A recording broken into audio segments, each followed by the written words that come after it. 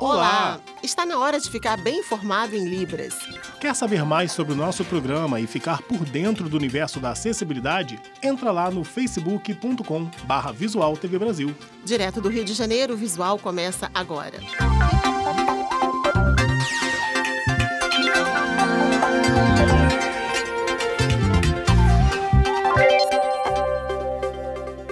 A desigualdade entre negros e brancos, homens e mulheres, sofreu reduções significativas nos últimos anos, hein?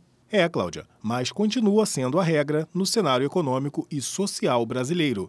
É o que conclui uma análise feita pelo Instituto de Estudos Sociais e Políticos da UERJ, levando em conta dados do IBGE. Mais de 60% de pessoas pretas e pardas que nascem na pobreza não conseguem chegar a classes mais altas. Tatiana trabalha com arte desde a adolescência.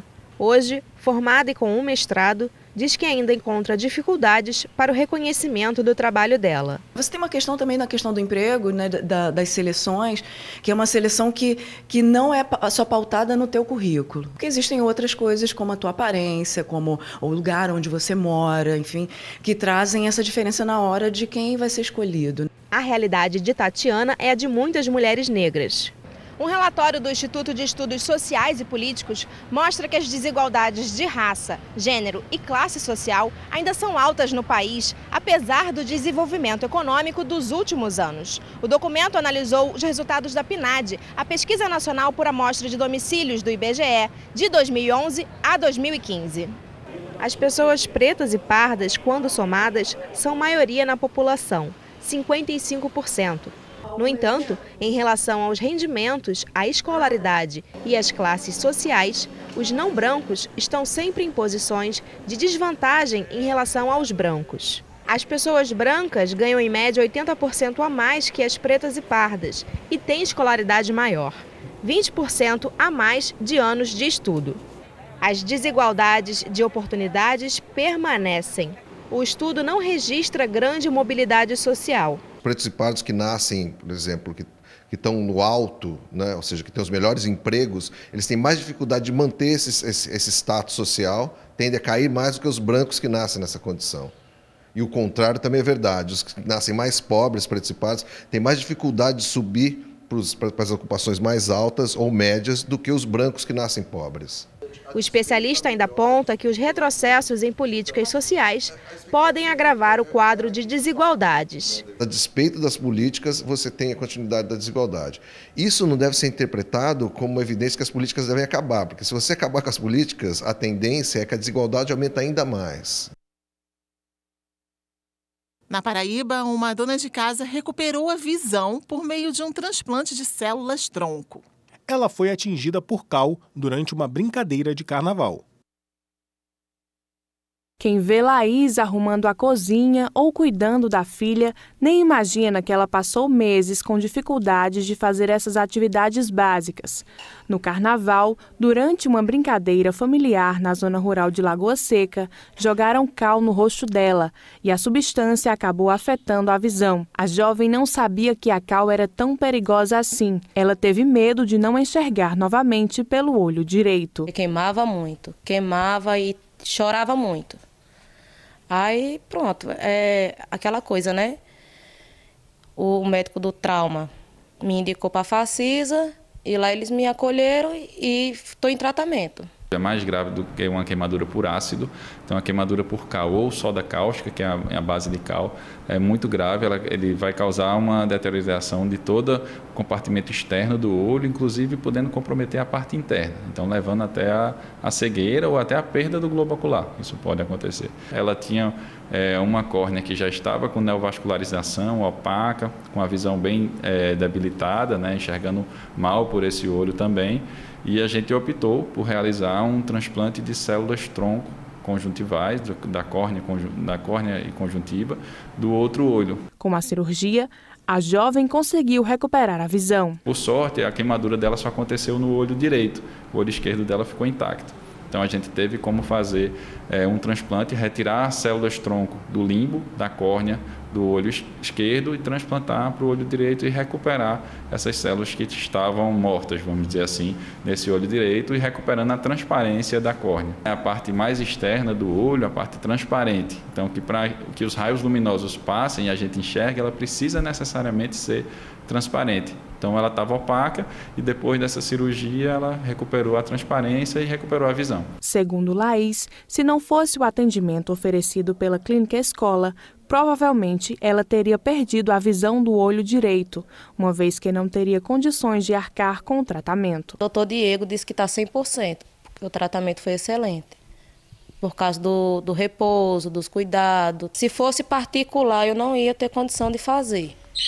E eles, em momento algum, me deixou de lado. A Clínica Escola da Unifacisa tem uma parceria com o Hospital de Trauma de Campina Grande e é referência no atendimento de urgência e emergência em oftalmologia. Essa parceria já funciona há 5 anos e tem mudado realmente o perfil e mudado a qualidade de vida das pessoas que sofrem trauma ocular aqui em Campina Grande e em todo o estado da Paraíba, já que é referência inclusive para João Pessoa. A capital também usa os serviços do Hospital de Trauma de Campina Grande e da Clínica Escola da Unifacisa como referência para esses casos. A unidade realiza cerca de 400 cirurgias do tipo por ano, beneficiando pessoas como Laís. De acordo com o oftalmologista, acidentes como o de Laís são frequentes.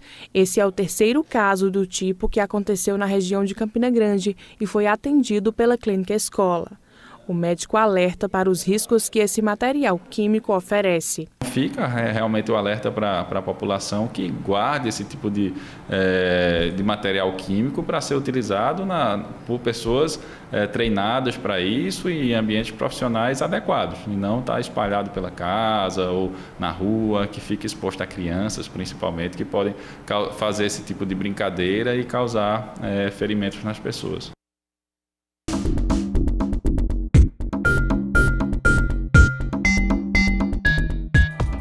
Pai, mãe, filho, filha, irmão, irmã, tio, tia, avô, avó, primo, prima, neto, neta.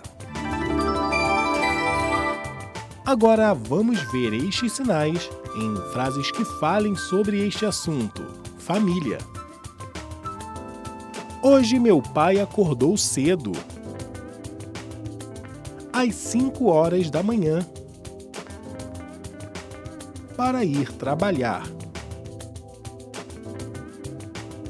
Antes de sair, ele deu um beijo em mim, no meu irmão e na minha mãe. Minha mãe levou o meu irmão e eu para a escola.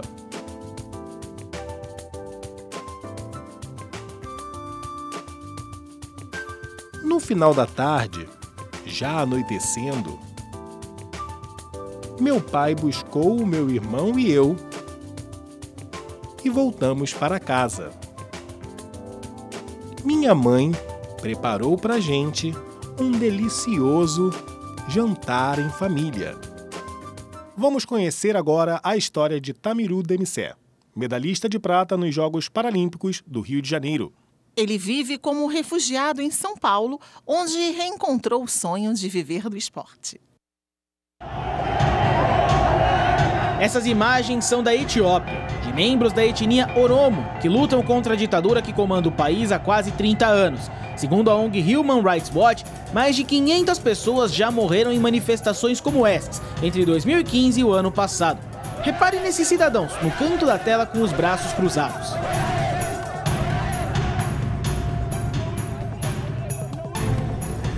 Gesto que se repete a 10 mil quilômetros de distância no Centro de Treinamento Paralímpico Brasileiro em São Paulo, por Tamiru Demissé.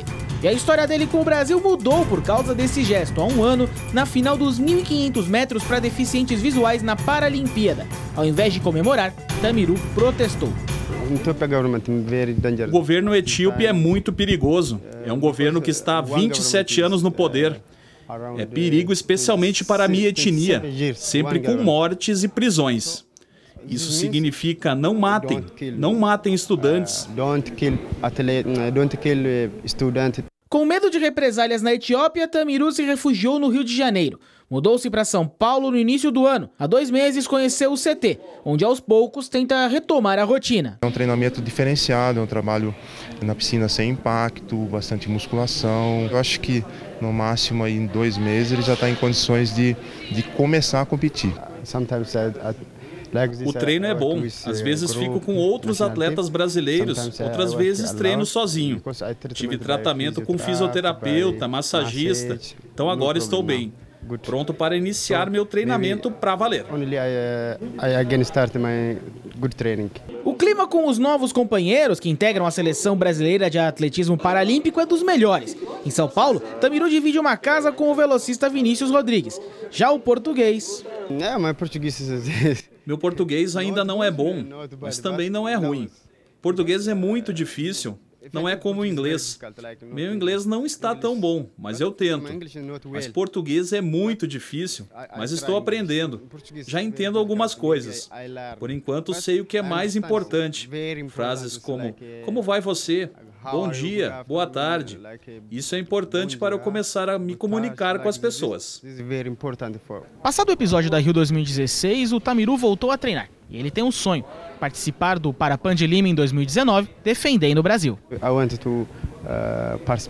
Meu futuro é o Brasil. Em 2019 quero disputar o Pan-Americano, depois o Mundial.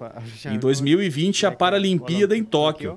Quero participar dessas próximas competições internacionais como atleta do Brasil.